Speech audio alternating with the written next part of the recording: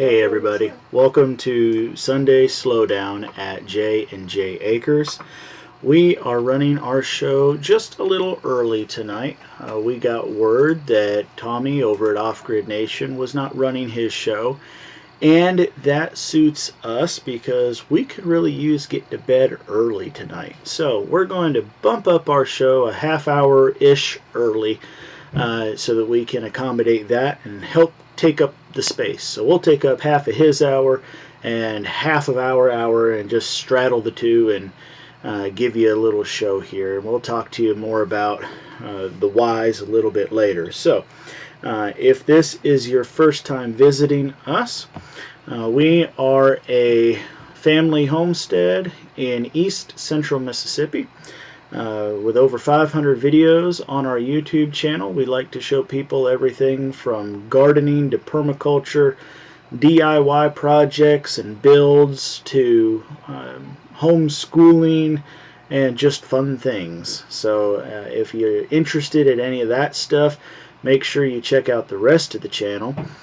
And make sure you check out thehomesteadnetwork.com. We do this live show as a part of their broadcasting, and you can head over there and learn more about the Homestead Network.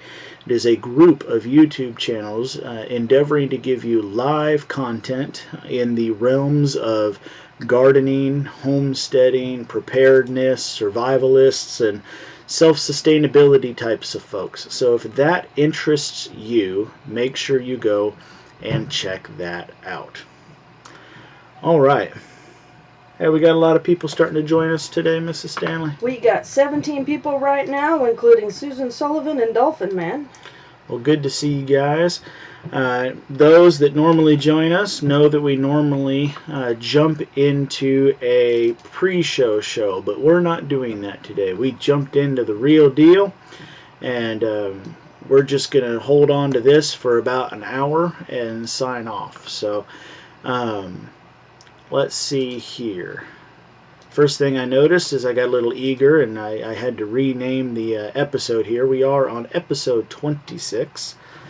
Gosh, I can't believe we've done 26 of these things. Technically 27 with the introductory hour we did, the one I did on my own the first time. But, okay, folks. I want to spin things on your head. I have I have to learn to say things better, especially when I'm tired. You can uncover, Mom. I'm not going to spin anything on your head. My head's had a hard enough time this week. I don't need anything spinning on it. Thank you. Y'all know that Jennifer sends me messages, right? To help keep this on track. So let me tell you two things. First off, if you have a question, make sure you leave it in all capital letters. That will get Jennifer's attention, and then she will send that over to me. That said, my wife sent me a very important message, and it was an animated graphic, a GIF of people kissing. So I think I need to take care of something really quick. There. Okay. My wife asked me for a kiss before we went live, and I didn't notice it, so I had to correct that. I hope you understand.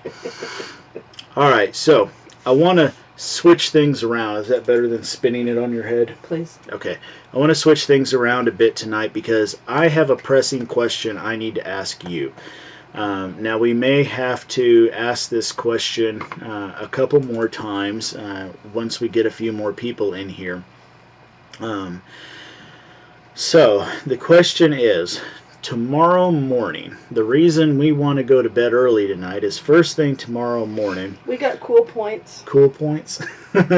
We could use cool points. It was 79 degrees here today. It's crazy.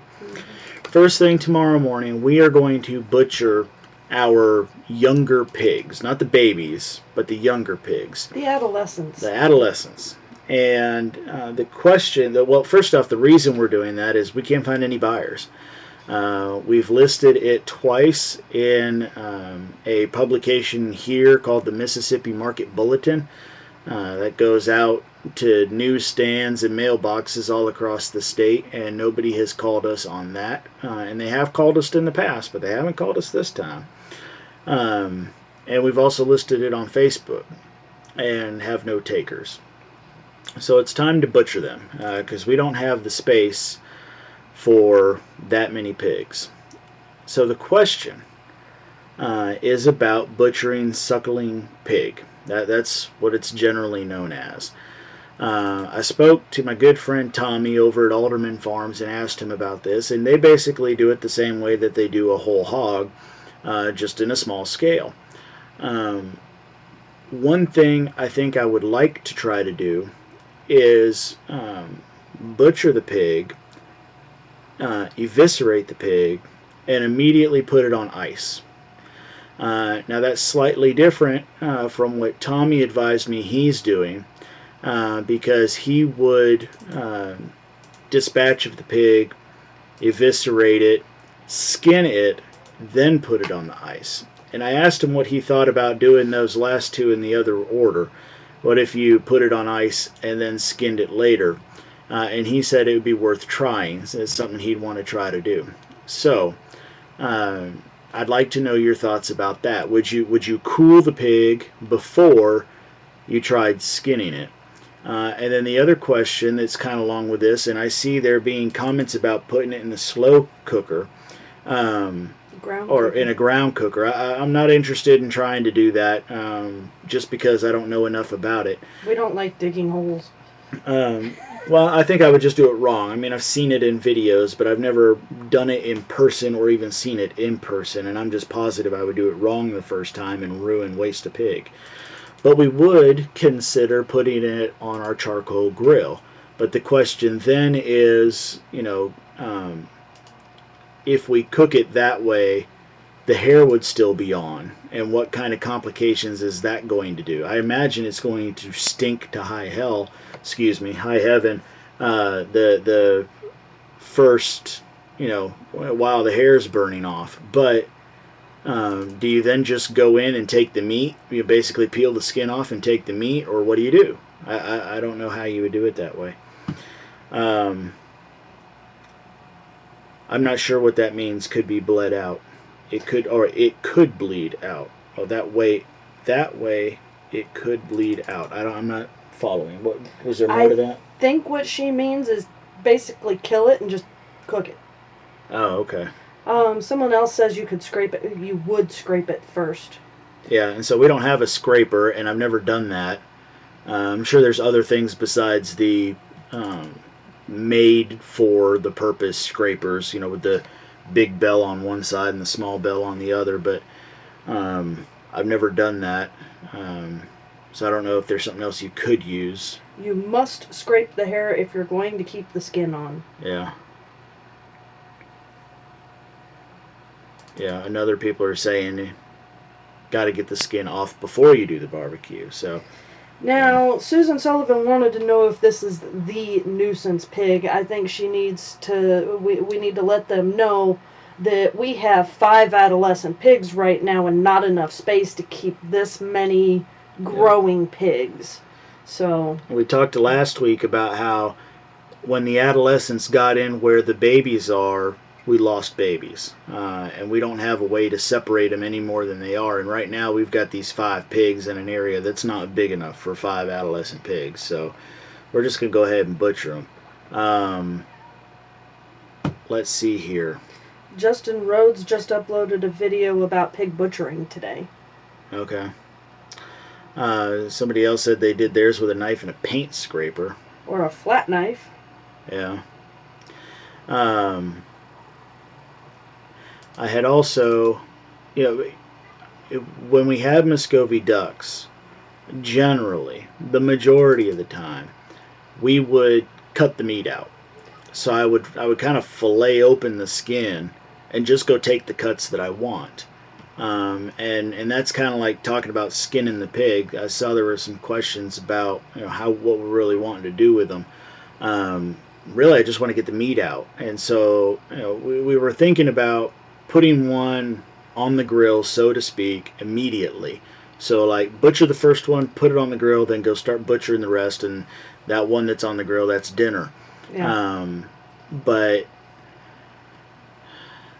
the rest I was thinking about just cooling and skinning and either taking off legs and different sections or leaving them whole. I don't know. Yeah.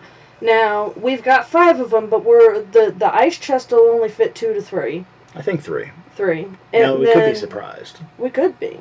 And then, well, you've got to put ice in there, too. Yeah. And then we were talking about putting one on the grill. So we're not going to butcher all 5 of them tomorrow. They weigh what, 30, 50 pounds, would you think? I really have no clue. You picked them up last. I haven't touched them in a long time. The last time I tried to drag one up and over the fence to get it on the far side of the fence from where the other mother is that we were having problems with, I literally had to, once I grabbed the leg, had to drag it up over, and I can lift a 50-pound feed a sack. I would have to compare it pretty darn close to that. Okay. So probably about 40, 50 pounds. I need to mention something. If you hear kids screaming in the background, our 3 oldest ones are having fun with the warm weather in the dark, and are outside running around the house screaming at each other, playing tag with flashlights and things. So we have all the windows open because of how warm it is, but they're outside running around. So if you hear kids screaming, it's not us twisting their ears. They're outside twisting each other's ears. They were told to play in the front yard quietly. Yeah. You have to slow cook it for about 12 hours. Not a quick thing for a pig. Yeah, but they're not very big. I mean, I understand, if we slow cook, well, like if I take a full Boston butt from a grocery store. Also need a rotisserie. And I put it in an actual slow cooker on low. It takes about 6 to 8 hours. And that's only about.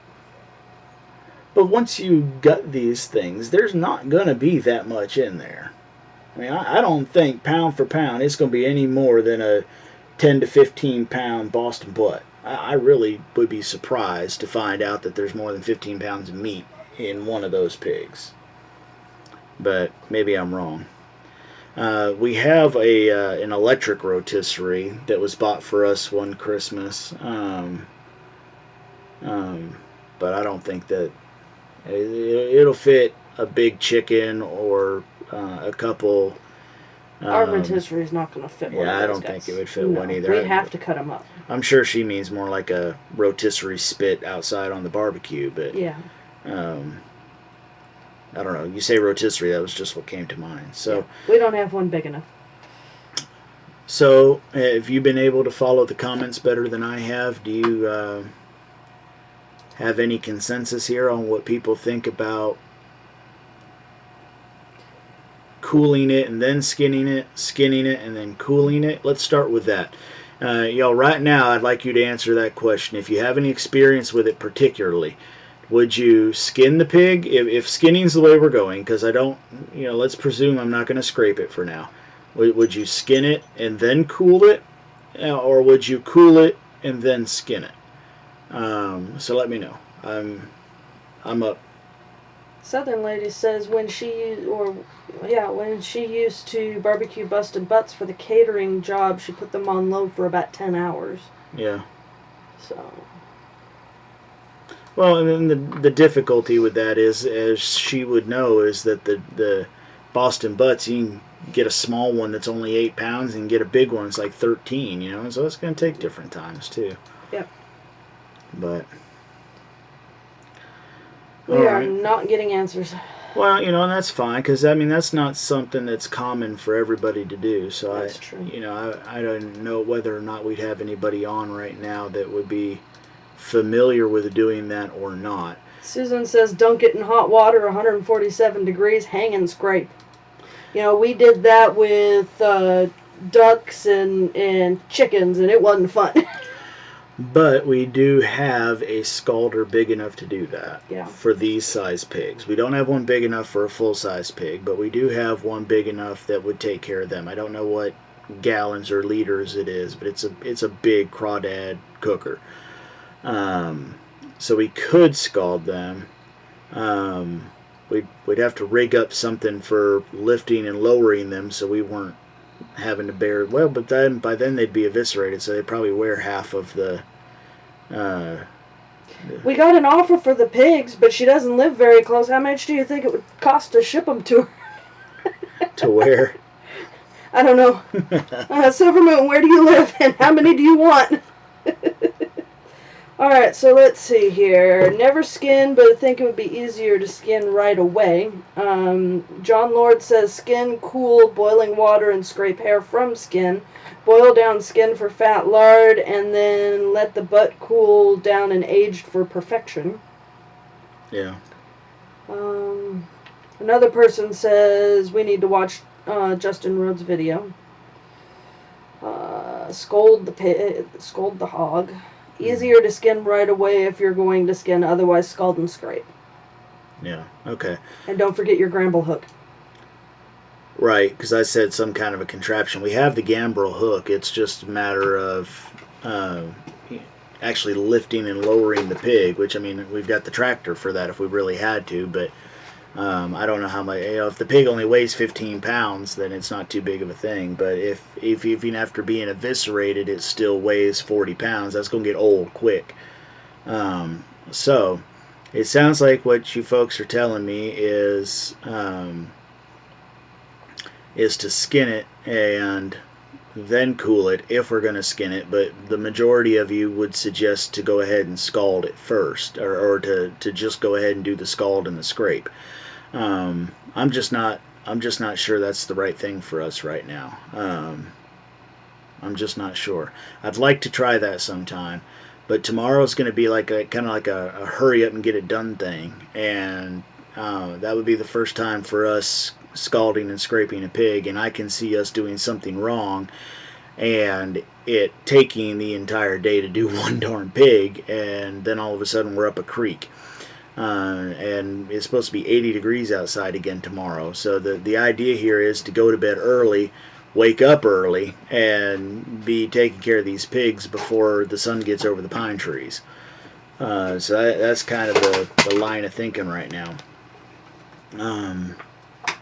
So we will go check out Justin's video. He makes some very good, high quality videos. So we'll take that into consideration and see. I know you guys have suggested a lot of different tools that we could use in place of official pig scrapers, but we'll see.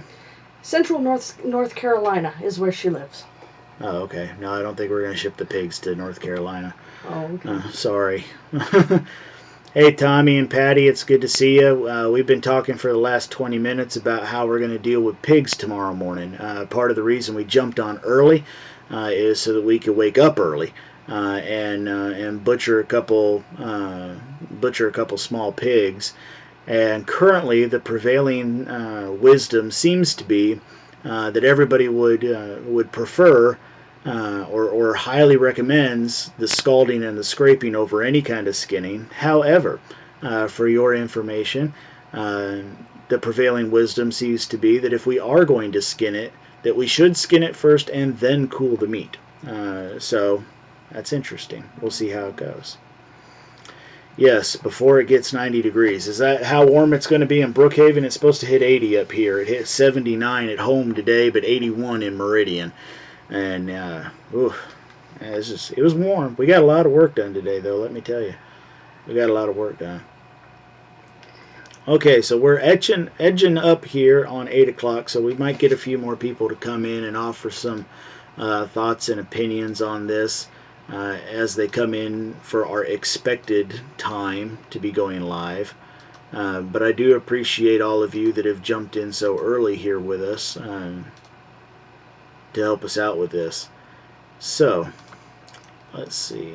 Do we have anything else today? Well, I do have some pictures. I was hoping we could get this conversation all the way to 8 o'clock and get a few more people to jump in. We can come back to it and get this in. But I didn't want to do the normal picture show stuff until until then. Did anyone else have heat waves, or are you getting the exact opposite where you are, still snowing? John Lord says, too bad you can't have a Nair pig dip. Walk them through and the hair pops. You need to build that. Build that and they will come.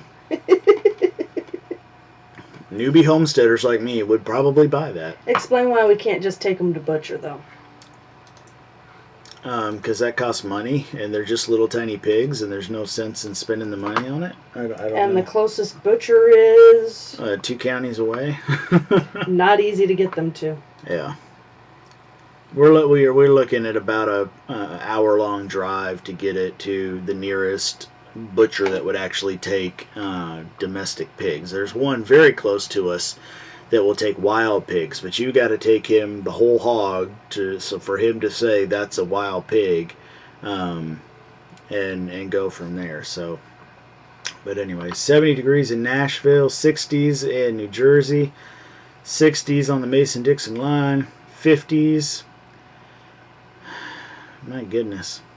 And we're probably looking at opening our pool soon. I'm guessing for everybody that's a heat wave for you guys. And yeah, here in East Central Mississippi, we're thinking about getting the water in the pool warmed up so that when it's get the temperature up, because with the 80s in the air, we can get the water in the pool up warm enough to let the kids go play. In fact, part of today was the kids getting to wash Daddy's work truck just so they could play in the water, and letting them and fight over the hose. Oh my goodness! Let me tell you, folks. I mean, we don't have the water pressure for it, but life would be a lot easier if I had 5 hoses for 5 kids to play with. And I don't know, man. Super soakers. We need to get them super soakers. They That's can fun. wash your truck with super soakers. There you go. 75 in North Carolina tomorrow. 40s in Utah. That sounds almost seasonal. But all right. Okay. Sorry, they were talking to someone else. Oh, okay.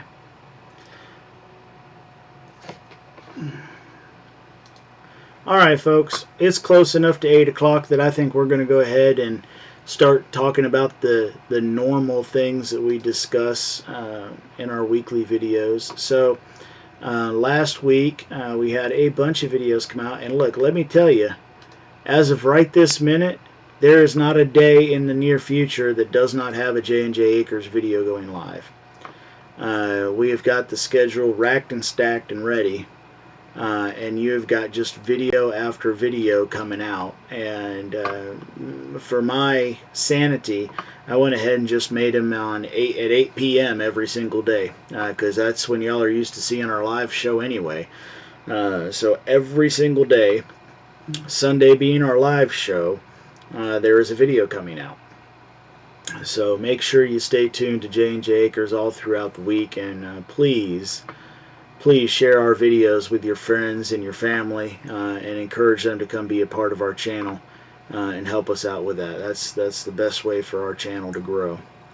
So last week, let's see here. Alderman Farms wants a cargo carrier video. I know. Susan Sullivan wants to know about the trail cam. How come my chat died? That's unusual. I have no idea, but Well, mine's still going. Unable to connect to chat. All of a sudden, you're starting to talk about chat stuff, and I'm like, wait, what? Trail cam, Susan, do you mean, do we have videos from the trail cameras today, or pictures from them, or what? Help me out with that a little bit more. What do you mean by trail cam?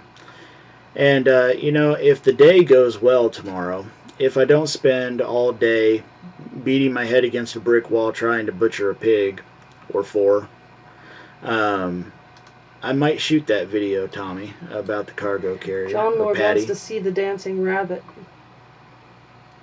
The dancing rabbit. Yeah, they keep showing up on our trail cams. Oh. All right, let's see here. So last week, you saw several videos. We talked, and see, I can't even remember which ones came out when anymore, because it shows you when I uploaded them, not when I published them right there.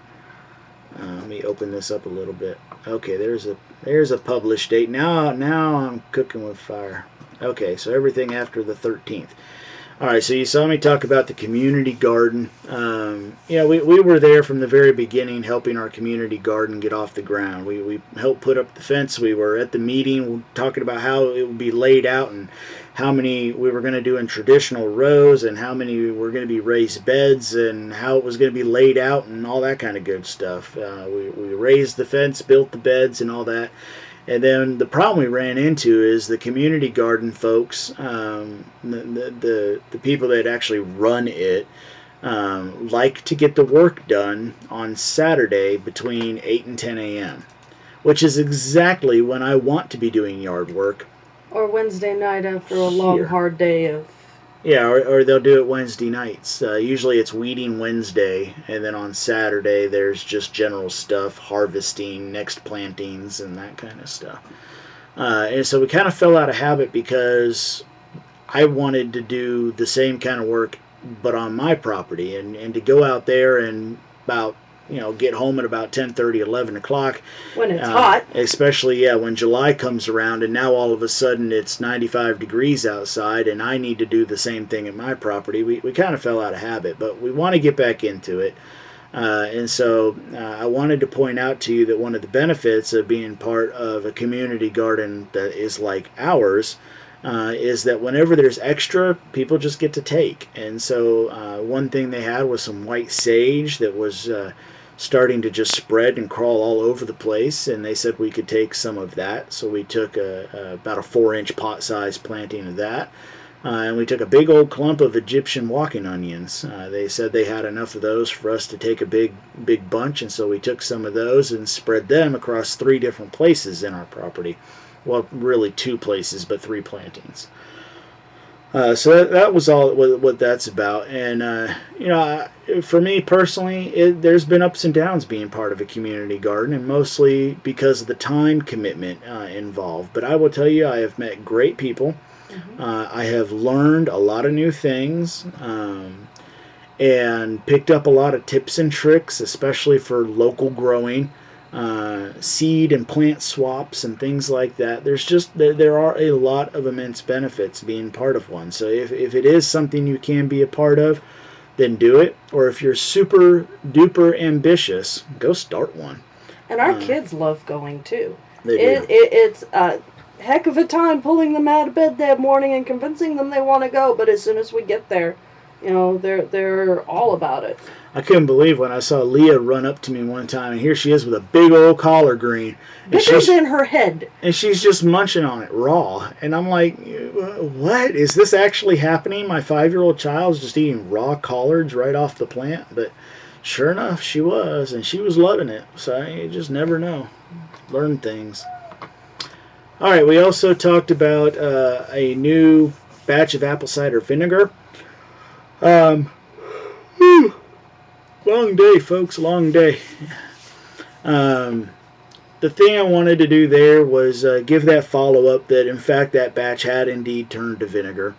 And then talk about go ahead and starting up another batch.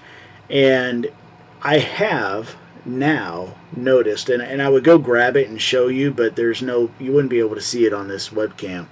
And I didn't think to take a picture of it ahead of time. We have got one of those oil and vinegar sets, like sometimes you might see in a restaurant, where you can, pour oil and vinegar on a salad. You know what I'm talking about? The apple cider vinegar that is in that started forming one of those clear mother of vinegar, almost like a scobies.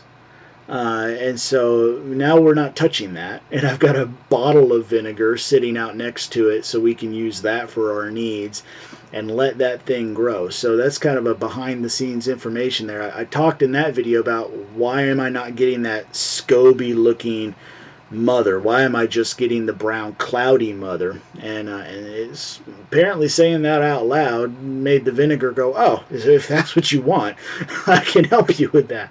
And so now it's starting to grow. So that'll be another video in the future. We started talking about growing a kombucha. I think, it never sounds right when I say it. I don't know why. It's a funny word. Growing one of those scobies. And I will tell you, there were some good people in the comments that were trying to express concerns, make sure that if it didn't work, why maybe it wouldn't work. Things like pouring the SCOBY from the bottle into my pot that's made out of metal. And the story goes that the SCOBYs don't like to touch metal. And that's interesting to me. I'd like to learn more about the chemical reaction on why that would be. But the good news is we have a SCOBY growing. And again, if time permits tomorrow, I'll start the next video, which will be me using the new SCOBY to actually brew some kombucha tea. So we do actually, and something else I didn't say in that video, I did actually make 2 batches. I knew well enough to have 2 SCOBYs. So we do have 2 SCOBYs growing, and we'll be able to turn around and make 2 batches of tea at a time. So looking forward to that. And if you follow us on Facebook or Instagram or Twitter, then you saw me post a picture early this morning about some brew bottles. And it's from Mr. Beer Brewing, and I said, it's not what you think. And no, I'm not trying to brew beer, but it is going to be bottling the kombucha. One of the directions I read suggested that if you're brand new to it like we are, if you're going to get the carbonation just right, to first bottle it into a plastic bottle so that you can feel how much pressure is building up on the inside, so you know when to say, okay, it's fully carbonated, let's get it into the refrigerator before the pop top's off. So that's what this is for. We're going to use these plastic bottles to help learn whether or not in our environment with our SCOBY, if we need to have these bottled up for a day, 2 days, or 3 days before putting them in the refrigerator. And then once we have that ironed out, I'm going to go get the flip-top glass bottles and brew them from there. So, all right. Let's see here. We also then, the big cap-off of the week was the bees, going to pick up the bees. We went down to Tylertown, Mississippi to Bee Bayou and picked up our colony of bees. And that is the story of the entire trip of bringing them home and how that went. And I buried in there are some tips. So I thought those were pretty good things to bring up, things that you might not think about if you were trying to transport an actual hive of bees. So make sure you dig into that and enjoy it. A couple people, well, one person I know specifically asked about Jennifer's coloring stuff. So I gave them a link on where they can find that. And I tell you, Tommy. Why did we drive 4 hours for bees? Because I want specifically for the bees to be on medium-sized foundation. I want to switch from deep frames to medium-sized frames. And this colony is entirely on medium frames. So it's going to allow me to buy new woodenware, and I can just pick up the frames and put them into the new box, and now I don't have to worry about trying to transfer things over or make funny contraptions to go from a big box to a small box and get all the bees up into one. And there's a dozen ways to try to do it, but the easy answer was to buy a colony that was already on medium foundation and split and expand from there. So that's the easy answer for you. She thanks you for it. You're very welcome. Tommy is participating, Tommy and Patty are participating in a video series with Deep South Homestead about marriages. And I commented with Tommy, because he was mentioning some things about Patty's intuition and how she always, he can't get away with anything. There's no surprising her. And my comment was that Jennifer is also annoyingly intuitive, and he thought that was a pretty funny way to phrase that, and he agreed with it. And I bring that up now because of that crown box. So I got to tell you this story. Jennifer spent a large portion of one day, a day where she was bedbound for migraines, really, and researching what kind of a container she would want to have for her colored pencils and her crowns for whenever we travel. And I mean, she really dug into that. She was looking at everything from tackle boxes to custom-made wooden boxes to craft drawers, plastic drawers with different interchangeable pieces and all that. I mean, she really covered her bases. But then at the end of the day, she said, "I like this one," and she sent me a link to it. And it's by the brand Crayola that makes the crayons. And it's called Colorscapes. Now that's like a series. Yeah, of different color and pencils and crayons, but they also have a Colorscapes case. Okay. Well, anyway, like within 5 minutes, I had the darn thing ordered on Amazon because my wife wanted it, and I knew she had really done a lot of research, and so it meant a lot to her. Mind you, I was planning on buying it with money that I had gotten from my birthday. Yeah. So Valentine's Day is like 2 weeks away, and so I'm like, I got this. So I ordered it as a Valentine's Day present, and kind of just kept pushing her off. And she's like, "Well, what do you think about it?" I said, "Well, you sleep on it. Maybe by tomorrow you'll think of another kind of search term, something else you want to do." And she couldn't think of anything else, and so then it was pushed it off a couple days until we could go to town, and then she went to the Joann fabric store we have in town nearby, so she could look at the cases there and see something in person. And well, I think I flipped our days around here, but you had also gone to town for something else on your own, and you had checked the office supply store. And so I just kept pushing it out and pushing it out. I said, "Well, let's keep looking and let you put your hands on things." And then eventually, with 3 days to go, we had to buy something else, and it happened to be on Amazon. And she asked me, could she use her birthday money and buy that thing from Amazon? And I told you I ordered it. Yeah. I lied to my wife, and I said yes, it was ordered. I said, but look, it's not part of Amazon Prime, which we have Amazon Prime, not just for the shipping, but for the videos for kids. They got a lot of documentaries and all those kind of good things. So I told her it wouldn't show up with everything else because it was on Prime, and or it wasn't on Prime. And it was going to be a week or so. And so for the next 2 or 3 days, she's asking me, did it show up in the shipping yet? Do you know when it's going to get shipped? I'm like, no, I have no clue. And the next day, I think the day after we made that Amazon purchase, it showed up in the mail.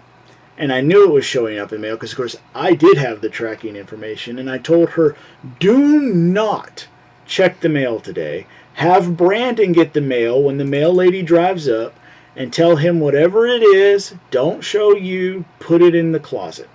She ended up having him put it into this room because the closet, she needed to be able to get into there, but she could stay out of here. And so then in getting close to Valentine's Day, we were now about to make this trip to go to Tylertown and pick up the bees, and I knew I was about to endure having to lie to my wife for about 4 hours. Never mind, it was an overnight stay. And so I thought, and I bring my colors with me on every trip, don't I? So she got Valentine's Day early and got her color and pencils in her set, and got to color on the way down, which is part of why I filmed that. So annoyingly intuitive. Something in her knew that it was coming anyway. And she just would not let me get away with it and surprise her with it. Because she never asks me for anything. She never wants me to buy something. But this time, she just would not let up. Anyway. That's because I had the money to buy it. Yeah. Braden asks, is it difficult to keep bees? Yes, it is. If you can't dedicate at least an hour a week to go out there and check the hive, then don't do it, because that was our problem last year. I did not dedicate the right amount of time. If we had, then we probably would have kept the swarms down, and we would have kept our bees, and they wouldn't have died over winter. So it's difficult in the sense that you have to commit to it. It's like any other livestock. You've got to check in on them and take care of them, and if you don't, something's going to go wrong. You're going to lose them. You should read Dolphin Man's comment. I should read it, but not out loud. You can read it out loud if you want. We see how much you both love each other, and that is wonderful for all of us on your channel. Well, thank you, Dolphin Man. We do. We love each other, and it's fun. We have a lot of fun with each other. Tommy comes back and says, yeah, but see, Patty would have to restrain me from telling her she doesn't want to know. And I'm constantly telling him that I don't like being in his head. Yeah. Because I ruin surprises. That's happened before too, where I thought I had a big surprise, and then when she opens it or however she finds out about it, like that surprise isn't really there, and I notice it's not there, and she's like, well, I knew it was coming. It's just you were thinking about it too much, and I could tell it was coming. I'm like, yeah, get out of my head, lady. All right, so let me check here really quick. No. All right. Let me show you guys some pictures, and then we'll talk about all those videos that are racked and stacked coming up soon. So, first off, I told you about the bees. So here's a picture of the bees actually working out there. Not only did I put this picture in here because they're home, but also because next week we got some videos of us dealing with them. So we're certainly very happy to see and hear the bees on the property again. It's very nice. Didn't you post a video on Facebook about the bees? I posted a video about us trying to, well, that's actually where this came from. Okay. So if you follow us on Facebook, you would have got a little 30-second clip, excuse me, where I told you that many years ago with our first hive, I had recorded a sound of the bees working, just the buzzing around of the bees, so I could use it in a clip. And somehow I misplaced that audio recording. So I asked Jennifer, or I said that, and Jennifer offered to help me record a new one. And so this was actually me setting up the camera to do the audio recording. Jennifer's actually back behind the beehive at this point, fiddling with the audio transmitter I normally wear on myself. And in the video on Facebook, you can see where she had draped the microphone from the back side over the top of the hive and down the front. So the microphone was right at the entrance of the beehive and recording the audio of the bees buzzing around and working. And so thanks to her efforts, I've got my audio clip back, and I can use that and don't have to worry about somebody saying I violated copyrights, because it's my audio. I made it. So Susan says, I'll answer my husband before he says something, and he'll say, did I say that out loud? And I'll say, yeah, well, I heard it. How many times do you and I do that? Yeah, absolutely. Here's another picture of the beehive. If you've never seen it like this before, that's because you're not a patron. So I'm not going to tell you so much about that. If you want to know more about the new look of the bees area, then head over to patreon.com/JandJAkers or patreon.com/JandJAkers, and you support us for a measly cup of coffee a month. $5 a month gets you access to our behind the scenes patron only videos. So there you go. That's and I was out there working that day, and the sun is, as you can probably tell, directly behind the beehive, and I thought it just looked really cool. So there you go. Susan wants to know what the frogs do. The frogs remind me every single day how much my wife loves me. Those are the frogs that Jennifer had molded. They had the, how do you say it? You say this. Where you explain the frogs? I go to a ceramics class where they pour the whatever it is into a mold, and then once it's dry, I sand it down, and they fire it, and then I paint it, and they fire it again. So these frogs are just like the hear no, see no, speak no evil, but they're frogs. And so we, when Jennifer surprised me with them, brought them home for me. Well, she surprised me when she first told me she was going to do it. I knew they were coming before they got home. But I decided to go ahead and put them out there in the apiary. I thought they looked funny out there, and it is usually pretty funny because a bee will land on one, and just seeing the bee land on the frog is kind of funny. But so she painted those, and there they are. But they look good. Suburban corrected me and told me that the stuff they pour into the mold is called slip. Oh, really? Yes. Okay. What is the best thing to do when a lot of bees come past you? Dolphin Man, you ignore them unless they are actually coming at you. Then you run. Yeah, running might not do you any good. No, you'll probably get a few stings. They're faster than you. Look, let me tell you this. You can see my cursor up on the screen now. You see this grass in the front here next to this mulch? I was out there just this morning and weed whacked all this grass down. I mowed this grass down with a big trimmer, a big grass trimmer. And I wore my bee suit because I did not know how these bees were going to behave, and it was already bright enough that they were already out working and foraging. I could have got away with not wearing my bee suit. I didn't get bothered or visited by a single bee in the 5 minutes I was out working all the way around this mulched area. So I agree with Jennifer. If there's just a bunch of bees buzzing by you, don't worry about it. They are trying their best to avoid you. So stand still and let them fly around you. Now, if they're flying at you purposefully, you got bigger issues. I will say that the worst thing I've heard is, I've been told before, do not run into your house. You will not close the door in time, and then you will have a bigger problem on your hand. Really, the only thing to do is to jump in a body of water and hope that the bees get disinterested in the amount of time it takes for you to hold your breath and come back up. Now, if for some reason you're listening to this and thinking that you are going to outrun killer bees... Well, they shouldn't be chasing you unless they're Africanized. Right. If they're not Africanized, they're not going to be chasing after you anyway.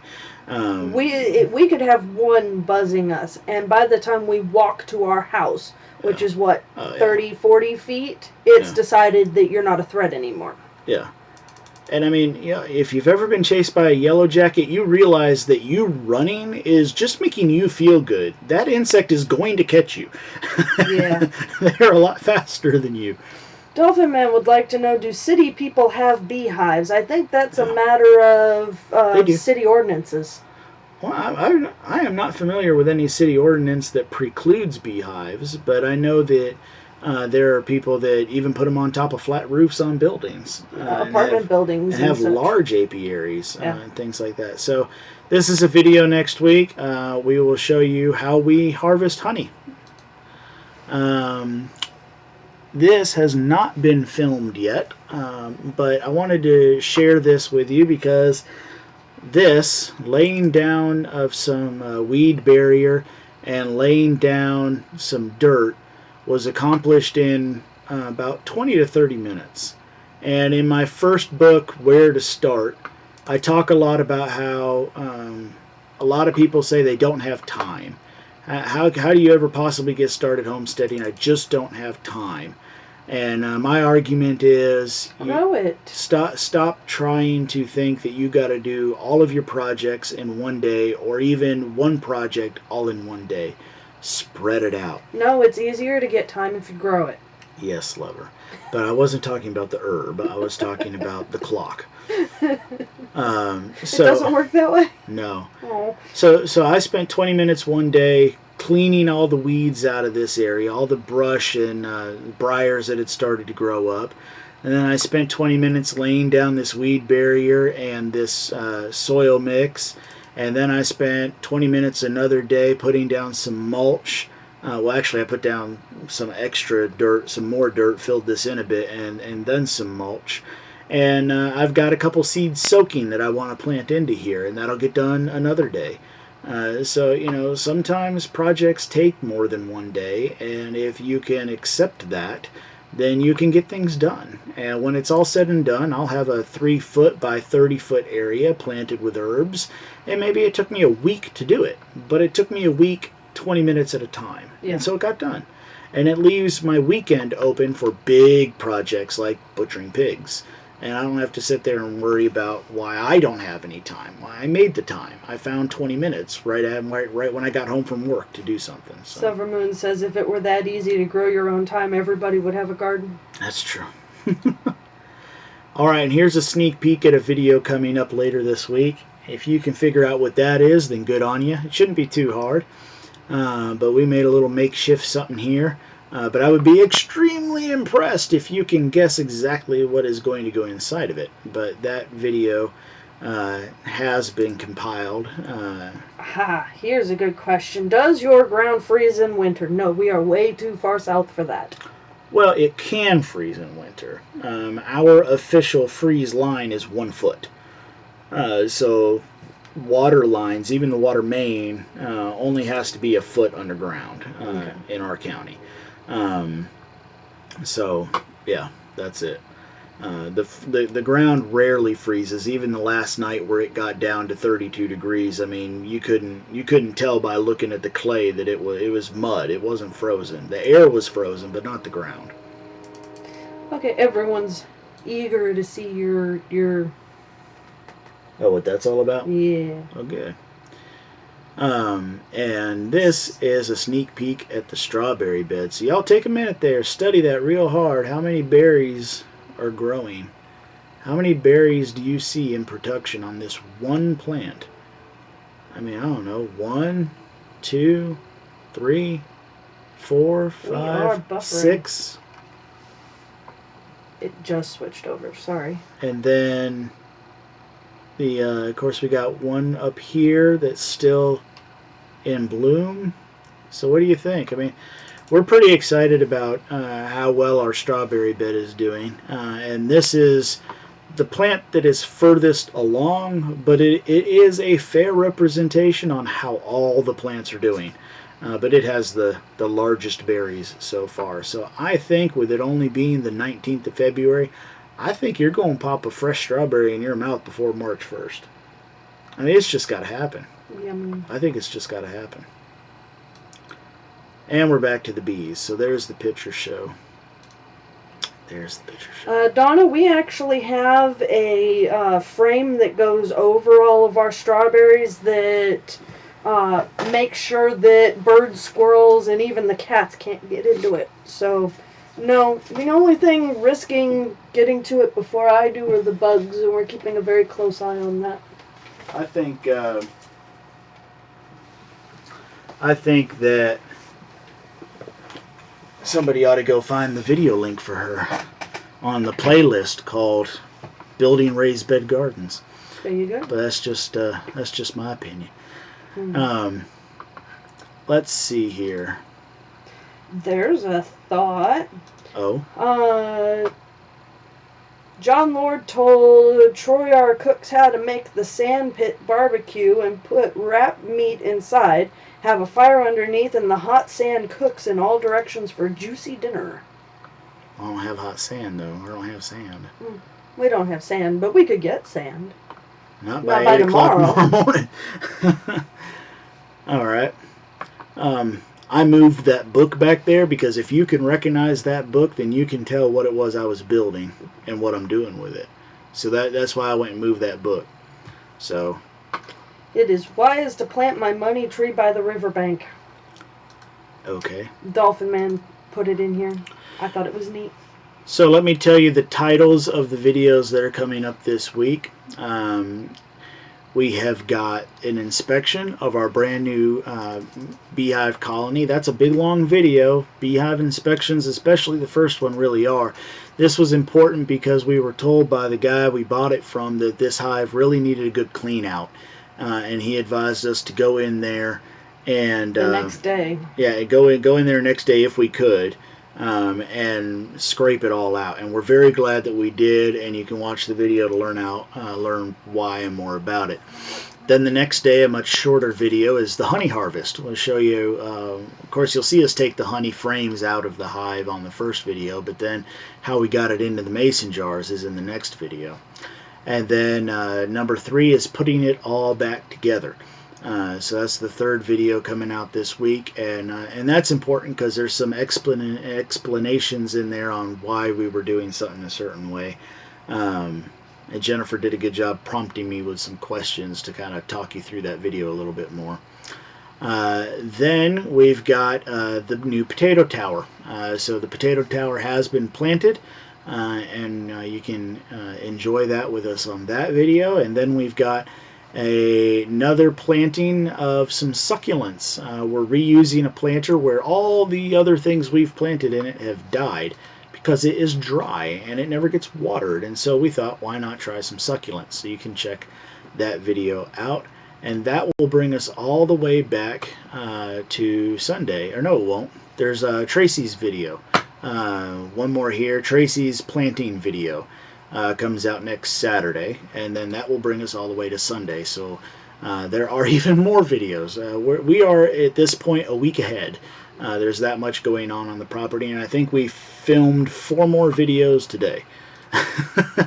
It's just that time of the year, try to keep up with everything. So, Amish at Heart, you asked how are the new tower gardens doing? Well, the potato garden has been planted, but it hasn't grown anything worth showing on video yet.